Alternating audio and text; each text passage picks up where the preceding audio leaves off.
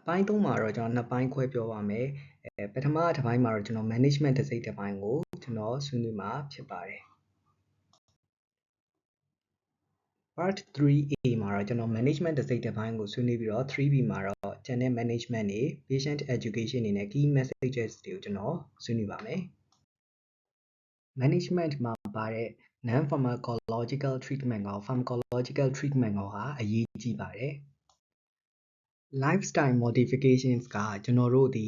လူနာကိုဆေးမပေးခင်ရောဆေးပေးနေတော့မှာရောဒီ lifestyle modifications တွေကိုကျွန်တော်တို့အမြဲတမ်းလူနာကိုပြောပြရမယ်သူလိုက်နာမနာကိုလည်းကျွန်တော်တို့ပြန်လည်ပြီးတော့သုံးသပ်ပြီးတော့စမ်းစစ်ရမယ်အချက်ထဲမှာပါပါတယ်ပထမတစ်ခုကတော့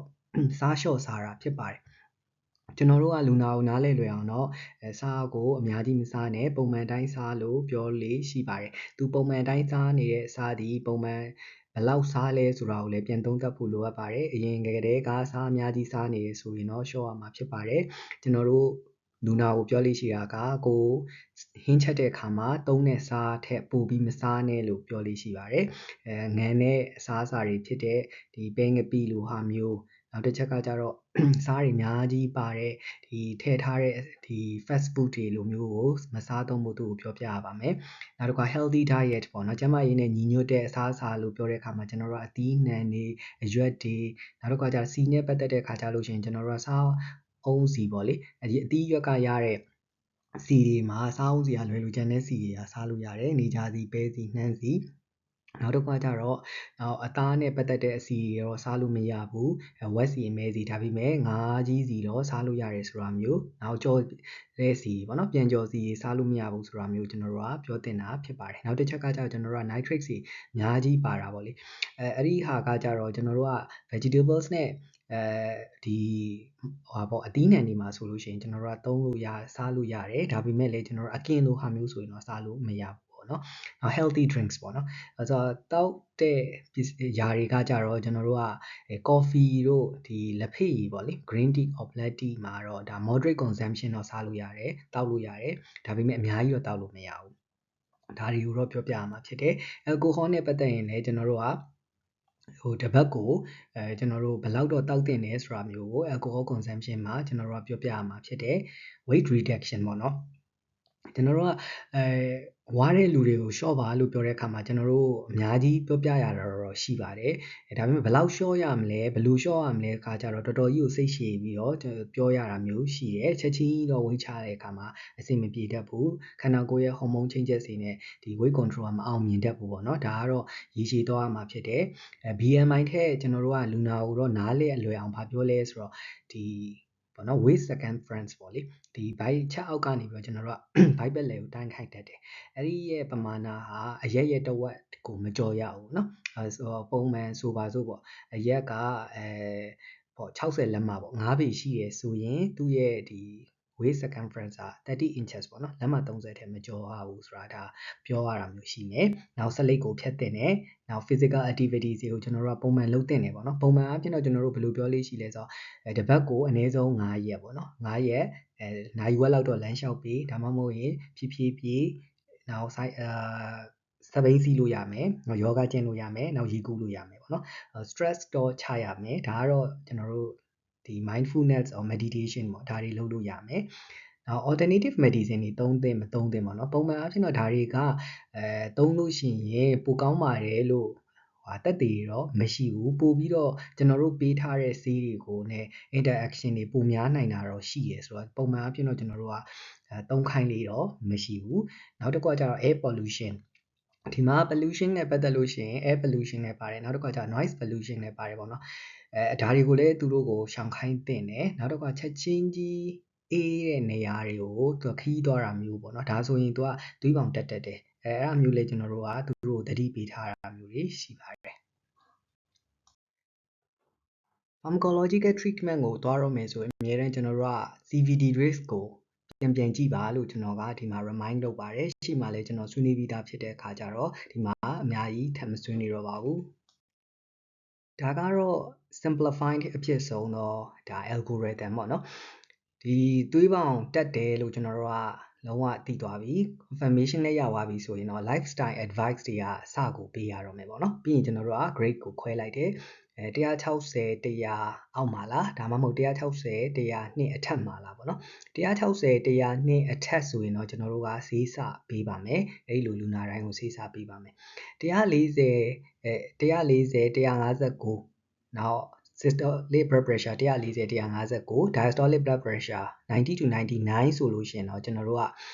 treatment ပေးတော့မယ်ချက်ချင်း treatment ပေးသင့်မယ်မပေးသင့်ဘူးကကြတော့ကျွန်တော်တို့ကဘာကိုပြန်ကြည့်လဲဆိုခုနကျွန်တော်ရှေ့မှာပြောထားတယ်high risk patient or those with CVD CKD DM or HMOD ဆိုတာကျွန်တော်တို့ကပြန်သုံးသပ်ရတယ်ပေါ့လေဒါကြောင့်ရှေ့မှာ CVD risk assessment ကလိုတယ်လို့ကျွန်တော်ကပြောပြတာဖြစ်ပါတယ်ဆိုတော့ကျွန်တော်တို့ကဒီ CVD ပေါ့နော်နှလုံးသွေးကြောကျဉ်းတာနှလုံး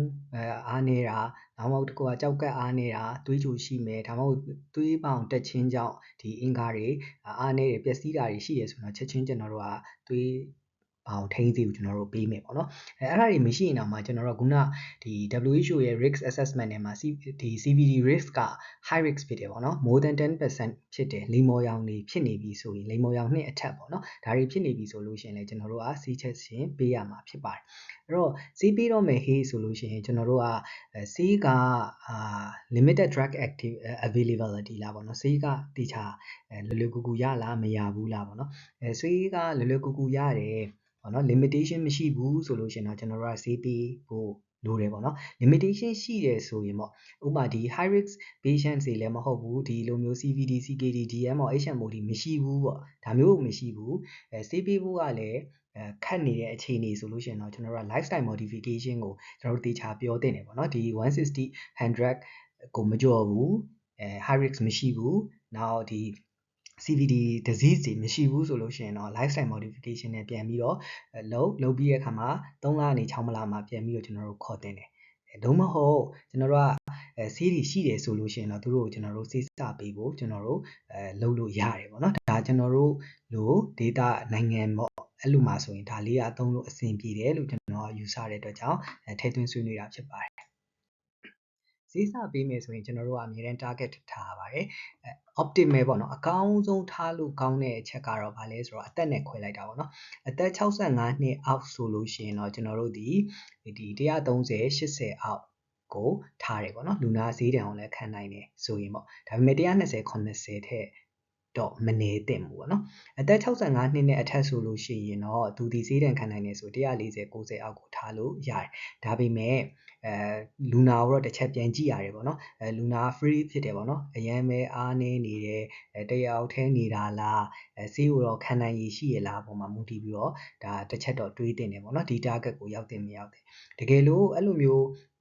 မရနိုင်ဘူးဆိုရင်တော့မလုပ်တင်လဲဆိုတဲ့အခါကျတော့အခု BP ထက်ပေါ့နော်systolic blood pressure 20 diastolic blood pressure 10ရအောင်ချမယ်လို့ဒါ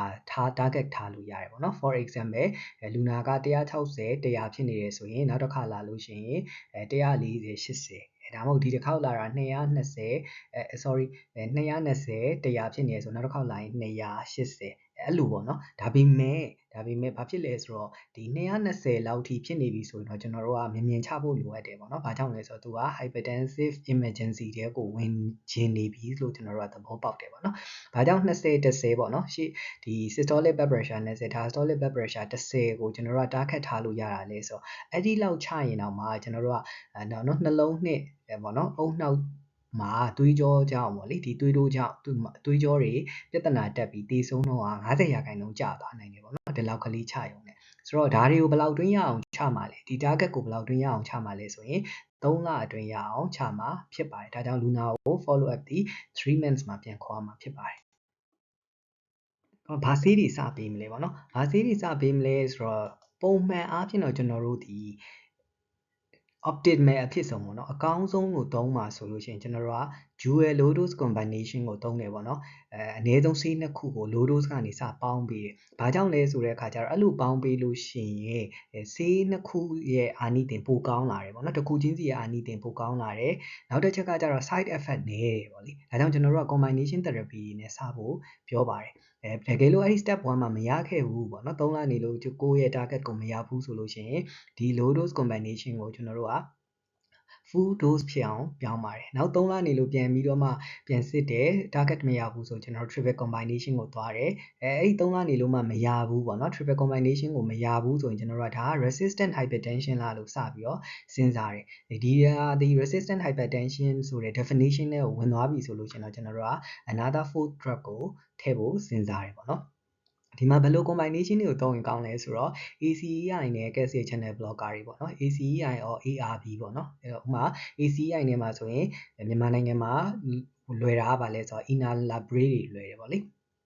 enam ဆိုတဲ့ဟာမျိုးနဲ့လွယ်တယ်နောက်တစ်ခါကျတော့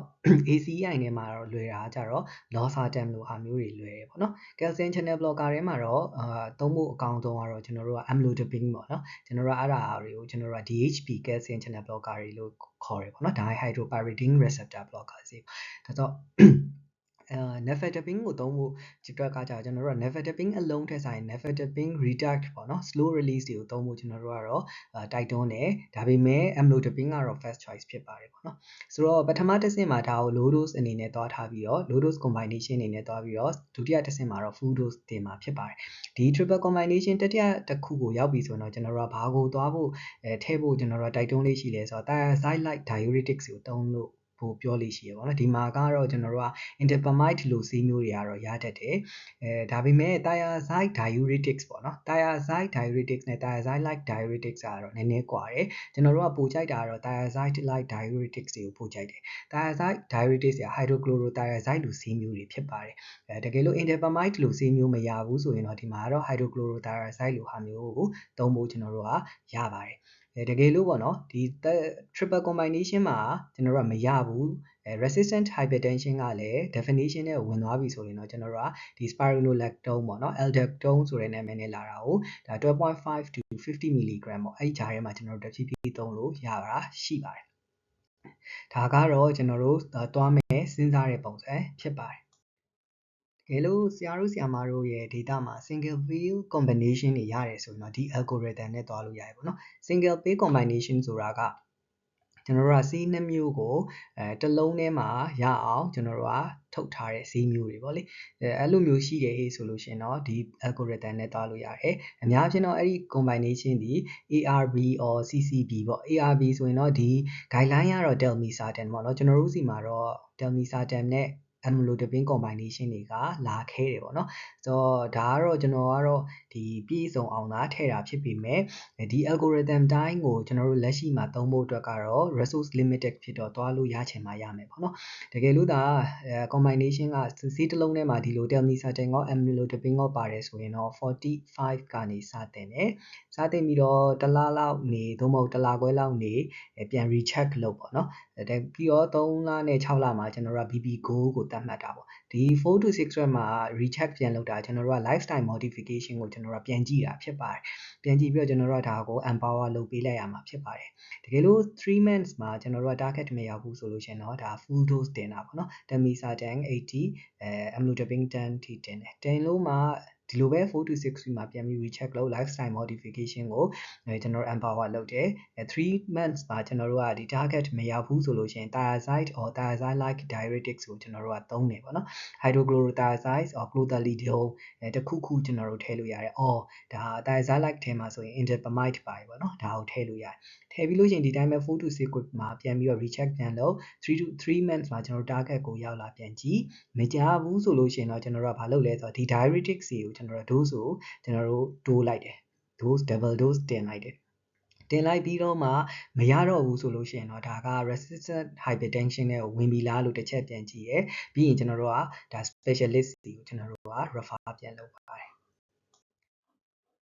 single pay combination ကကျွန်တော်တို့စီမှာမရနိုင်တာများတော့ဒီ algorithm ကပိုအဆင်ပြေမယ်လို့ယူဆတယ်ပေါ့နော်ဆိုတော့ဘာနဲ့စလို့ရလဲဆိုတော့ဒီ CCB ကို half dose ကနေစလို့ရတယ်ပေါ့နော် amlodipine 5 mg once a day ကနေစမယ်ခုနအတိုင်းပဲ4 to 6 week မှာပြန်ပြီးတော့ပြန်ကြည့်မယ်3 to 6 months 3 months မှာကျွန်တော် target ရောက်လာပြန်ကြည့်ရပေါ့နော်ပြီးရင်ကျွန်တော်တို့ကဒီဒါကိုနှစ်ဆတိုးတယ် CCB ကိုနှစ်ဆတိုးတယ်မရဘူးဆိုလို့ရှိရင်ကျွန်တော်တို့ ARB ထည့်ပေါ့နော်ဒီမှာတော့ telmisartan လို့ပြောပေးမယ်ကျွန်တော်တို့losartan ပဲရှိမယ်လို့ယူဆရတယ်ပေါ့နော် losartan ကိုထည့်လို့ရတယ် losartan က25နဲ့စားတာပေါ့နော် 25 mg စထည့်လို့ရတယ်ပြီးရင်နောက်တစ်ဆင့်တက်တဲ့50 mg ထိုးသွားတယ်မရဘူးဆိုလို့ရှိရင်ကျွန်တော်တို့ဒီdialytic diuretic ဆိုထည့်ဖို့စဉ်းစားတယ် half dose မရဘူးဆိုရင် double dose တင်တယ်ဒါမှမရဘူးဆိုလို့ရှိရင်ကျွန်တော်တို့ကဒါ resistant hypertension လာလို့စဉ်းစားတယ်ပေါ့နော်ဆေးတွေကိုရွေးချယ်တဲ့အခါမှာကျွန်တော်တို့ကသူ့ရဲ့ comorbidities လို့ခေါ်တာပေါ့နော်သူနဲ့တွဲတဲ့ယောဂတွေဒါတွေကိုလည်းကျွန်တော်တို့ကထည့်သွင်းစဉ်းစားရတယ်ပေါ့နော်ဥပမာ alpha blocker ဆေးဆိုလို့ရှိရင် BPH တွေမှာသူနဲ့တွဲသုံးရင်အဆင်ပြေတယ်ပေါ့နော်ဒါကြောင့်ခုနက CCB ACEI or ARB diuretics တွေသုံးခုပဲတွဲရမယ်လို့မဟုတ်ဘူးပေါ့နော်ဒီလိုမျိုးBPH နဲ့တွဲတဲ့အမျိုးသားတွေဆိုရင် alpha blocker ကိုလည်းထည့်သုံးလို့ရတယ်ACEI ကတော့အများဖြင့်တော့ဒီ heart failure တွေနောက် type 1 diabetic nephropathy တွေstroke secondary prevention တွေမှာကောင်းတယ်ပေါ့နော်ဒါပေမဲ့သူ့ရဲ့မကောင်းတဲ့ချက်ကဘာလဲဆိုတော့ဒီ pregnancy မှာသုံးလို့မရဘူး renal artery stenosis တွေမှာသုံးလို့မရဘူးငကိုရဲ့ကြောက်ကမကောင်းဘူးဆိုတဲ့လူတွေမှာ ACEI ဟာသုံးရတာသတိထားရတယ်ပေါ့နော်။ဘာကြောင့်လဲဆိုတော့ renal profile ကိုပြန်စစ်ရတယ် creatinine and potassium ကိုကျွန်တော်တို့ပြန်စစ်ရတယ်ဒါကြောင့်ဒါတွေကိုတော့သတိထားတင်တယ်ပေါ့နော် ARB ကလည်းအတူတူပဲပေါ့နော်သူဒီလဲ pregnancy မှာသုံးလို့မရဘူး renal impairment or peripheral arterial disease တွေမှာဆိုရင်ကျွန်တော်တို့သတိထားပြီးသုံးရတာရှိရပေါ့နော်ဒါကြောင့်ဒါတွေကိုဆရာတို့ဆရာမတို့က clinical assessment မှာထည့်ပြီးတော့မေးမြန်းထားတင်တယ်ပေါ့နော်နောက် beta blocker ပေါ့နော် beta blocker ဆိုလို့ရှိရင်တော့ကျွန်တော်တို့ကasthma တို့ COPD တို့ heart block ပေါ့နော်နှလုံးခုန်တော့ရမ်းနှီးနေတဲ့လူတွေမှာဆို beta blocker ထည့်သုံးလို့အဆင်မပြေဘူးပေါ့နော်ဒါကြောင့်ကျွန်တော်တို့က history physical examination တွေမှာဒါတွေကိုသေချာသုံးသင့်တယ်ပေါ့နော်နောက်တစ်ခုကကျတော့ calcium channel blocker ပေါ့နော် dihydropyridine ဆိုတာကတော့ amlodipine ပေါ့နောက်တစ်ခုက nifedipine retard or slow release တွေပေါ့သူတို့ကတော့သူ့မှာ side effect profile ကအရင်ကြီးမရှိပေါ့နော်အများဆုံးကတော့ဗာရတတ်လဲဆိုတော့ဒီ amlodipine ကကျတော့ peripheral edema လေးရတတ်တယ်ဒါကလည်းဟိုပါပေါ့နော်တခြားအရာကိုပြောင်းသုံးမိရင်အဆင်ပြေတတ်တယ်ပေါ့နော်ဆိုတော့ဒါကတွေ့ရခဲလားဆိုတော့အများချင်းတော့တိတ်မတွေ့ရတာများတယ်ဒါပေမဲ့သူတည်တနာရဆိုရင်တော့ဆေးသုံးတဲ့လူတွေရဲ့20 to 50% လောက်မှာတွေ့ရတယ်လို့တော့ပြောတယ်ပေါ့နော်